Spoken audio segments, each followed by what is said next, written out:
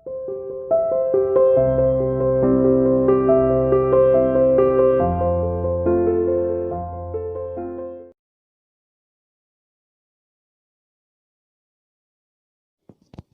Students, welcome everyone to online mathematics classes by CR international school. बेटा आज मैं आपको सेक्शन फार्मूला एक तो बताने वाला हूँ और साथ ही साथ उसके जो प्रॉब्लम्स होंगी ना, क्वेश्चंस, वो हम करेंगे डिस्कस। ठीक है, तो मैं स्टार्ट करता हूँ टॉपिक। ओके, सेक्शन फार्मूला है बेटा ये।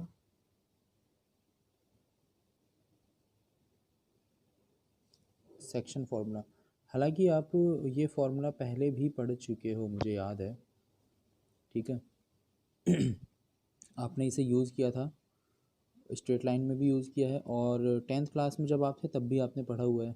ठीक है, तो मैं आपको फार्मूला बता देता हूँ किस तरह से आप यूज़ करेंगे। सपोज़ एक पॉइंट है P जिसके कोऑर्डिनेट्स है x1 y1 एंड z1। ठीक, इस तरह से ये P पॉइंट है बच्चों, और यहाँ पे दूसरा Q पॉइंट लाई कर रहा है जिसके कोऑर्डिनेट है x2 y2 and z2। Okay, ये दो कोऑर्डिनेट्स हैं। नाउ आर बेटा यहाँ पे कोई ऐसा कोऑर्डिनेट लाई कर रहा है इसी लाइन पे जो m और n के रेशियो में इस पी क्यू सेगमेंट को डिवाइड करता है।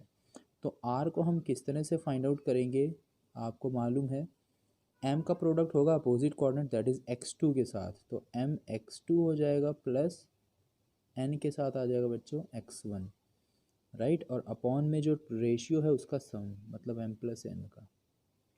ठीक है, सिमिलरली y कोऑर्डिनेट्स आप लिख दीजिए यहाँ पे m y2 plus n y1 over m plus n।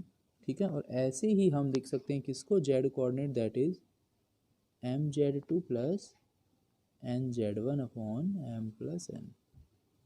ठीक है, तो ये फार्मूला है सेक्शन फार्मूला जिसकी हेल्प से हम आज क्वेश्चंस करने वाले हैं। ठीक, पहला फार्मूला ये है।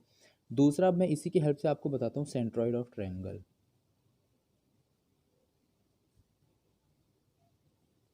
सेंट्रॉइड ऑफ ट्रायंगल, अब बेटा पहले आप ये जान लीजिए कि सेंट्रॉइड होता क्या है। ठीक है ना, तो देखिए एक ट्रायंगल है, जैसे ये मैं बना दे रहा हूँ इधर। Let's say this is a triangle A B C. तो बेटा अगर हम इसकी एक ए से एक मीडियन ड्रॉ करें, डी पॉइंट पे आ जाएगी वो। ठीक है ना, और ए का जो कोऑर्डिनेट है बच्चों वो है x1 y1 z1।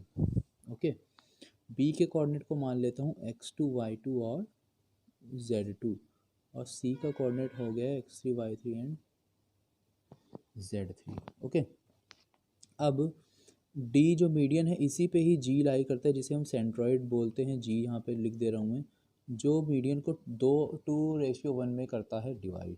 ओके, अब डी एक्चुअली मीडियन है, तो डी का कोऑर्डिनेट आप लिख सकते हैं, बिल्कुल लिख सकते हैं। कोऑर्डिनेट ऑफ डी अगर मैं बात करूँ तो क्या हो जाएगा, डी का पॉइंट मिड पॉइंट है, तो x2 plus x3/2 y2 plus y3/2 and बेटा z2 प्लस z3/2। किसका मिड पॉइंट है आपको पता है, बी और सी का मिड पॉइंट है, तो इसलिए 2 और 3 वाले कोऑर्डिनेट्स का सम अपॉन में, यहाँ पे 3 लिख दिया मैंने, 2 है ये भी। ठीक है, मिड पॉइंट की हेल्प से। अब बेटा डी जो जी का कोऑर्डिनेट है, तो हम क्या लिखेंगे, जी जो पॉइंट है G divides A D in 2:1, right. तो जब हम जी के कोऑर्डिनेट को फाइंड आउट करेंगे तो ये कितना आ जाएगा, आप देख सकते हैं। इस 2 का मल्टीप्लाई होगा x2 के कोऑर्डिनेट के साथ, मतलब इसके साथ, तो 2 से 2 कट जाएगा, तो क्या बचेगा x2 प्लस x3। और बेटा 1 का मल्टीप्लाई होगा इस x1 के साथ, तो प्लस में x1 अपॉन में टोटल रेशियो है 3। तो देखिए तीनों का सम आ गया x1 x2 x3। Similarly y में हो जाएगा ऐसे ही, तो y1 प्लस y2 प्लस 3 लिख देता हूँ मैं इसे। और लास्ट कोऑर्डिनेट क्या है, z वाला, तो z1 z2 z3 तीनों का ही सम। तो यही है बेटा फॉर्मूला सेंट्रॉइड फाइंड आउट करने का। ठीक है, बिल्कुल सिंपल फॉर्मूले हैं, और आपको पता है इसके क्वेश्चंस करने में आपको कोई प्रॉब्लम भी नहीं आने वाली है, क्योंकि एक तो आप फेमिलियर हो इस टॉपिक के साथ। ठीक है, और एक चीज़ और, ये जो सेक्शन फार्मूला मैंने आपको बताया है अभी, ये इंटरनल के लिए बताया है जब दोनों में प्लस रहेगा, क्योंकि इंटरनल डिवीजन हो रहा है, रेशियो मतलब जो ये है आर पॉइंट लाइन पे ही लाई कर रहा है, हम रेशियो एन में उसे डिवाइड कर रहा है। तो ये फॉर्मूला, अगर वो पूछता है एक्सटर्नल रेशियो में डिवाइड हो रहा है तो m जो n होगा बेटा उसे हम -n से कर देंगे रिप्लेस। ओके, तो यहाँ पे नेगेटिव आ जाएगा और इधर डिनोमिनेटर में भी नेगेटिव आ जाएगा, नेगेटिव नेगेटिव नेगेटिव नेगेटिव, मतलब n को आपको -n से रिप्लेस कर देना है, रिमेंबर दैट। ओके, इसकी हेल्प से अब हम क्वेश्चन कर लेंगे। ठीक है, तो मैं एक दो एग्जांपल्स आपको सॉल्व करके और बताता हूँ अभी। ठीक है बेटा, देखिए मैंने 12.3 एक्सरसाइज से क्वेश्चन लिखा है। क्वेश्चन नंबर 3 है ये, find the coordinate of the point which trisect P Q where P coordinate and Q coordinates are given. Okay, अब देखिए इसको किस तरह से सॉल्व करेंगे। तो पहले मैं पी क्यू को अगर यहाँ पे बना दूँ तो यहाँ बेटा क्यू पी पॉइंट है, यहाँ क्यू पॉइंट है। अब दो पॉइंट होंगे ना जो इसको तीन हिस्सों में डिवाइड कर रहे लेट से ये हो गए ए और बी, या आर एस मान लो। अब ए जो पॉइंट है बेटा पी क्यू को किस रेशियो में डिवाइड कर रहा है, तो आप देख सकते हो ये 1 पार्ट है और यहाँ 2 पार्ट होंगे। तो हम लिख देते हैं ए divides P Q in 1:2। Correct.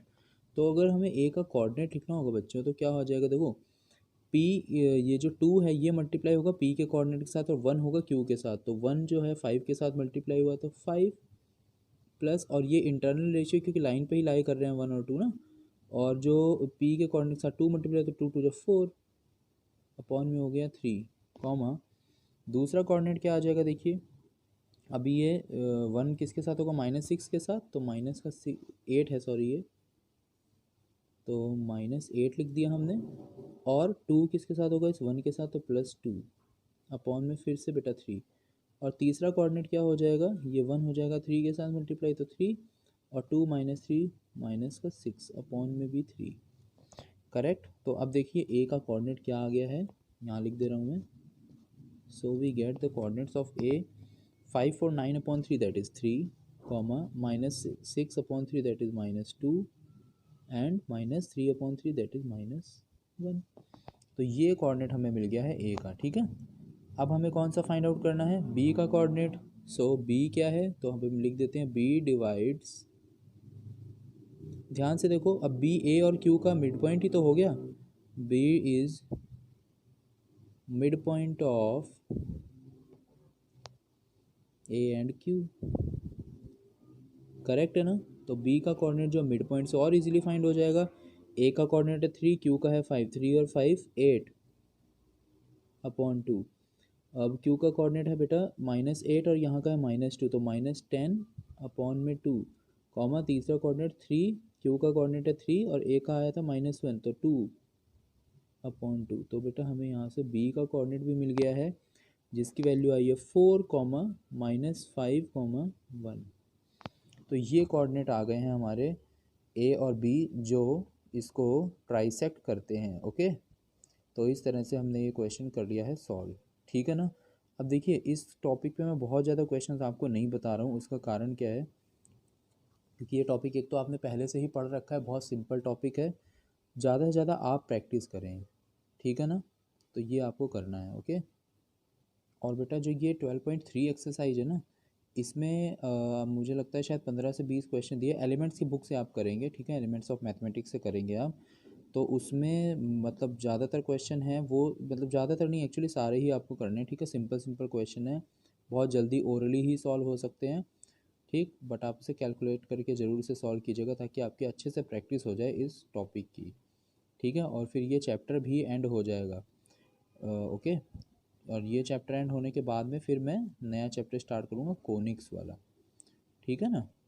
तो आप बट इस टॉपिक को पहले कंप्लीट ज़रूर कर लें। सेंट्रॉइड के क्वेश्चन इसमें होंगे और कुछ क्वेश्चंस और होंगे, जैसे मैंने ये फॉर्मूला आपको बताया। और आपको पता है इसमें कुछ क्वेश्चन वो भी आते हैं जिसमें रेशियो फाइंड करना होता है हमें, और रेशियो आपको बहुत अच्छे से मालूम है कि जिस क्वेश्चन में रेशियो फाइंड किया जाता है उसमें हम k/1 को लेट करके फिर k की वैल्यू सॉल्व आउट करते हैं। ठीक है, तो इस तरह के क्वेश्चंस हैं। एक तो इसमें सेक्शन फॉर्मूला आप यूज़ करेंगे जब इंटरनल और एक्सटर्नल दोनों डिवीजन बताए जाएंगे, तो ये देख लीजिएगा क्वेश्चन में मेंशन होगा कि इंटरनल डिवीजन हुआ है या फिर एक्सटर्नल हुआ है। ठीक है, तो उसी के अकॉर्डिंग ही क्वेश्चन में फॉर्मूला वो है आपको अप्लाई करना है। ओके, तो ये है आपका वर्क 12.3 को कंप्लीट कर लीजिएगा ताकि ये चैप्टर आज आपका कंप्लीट हो जाए 3D। ओके।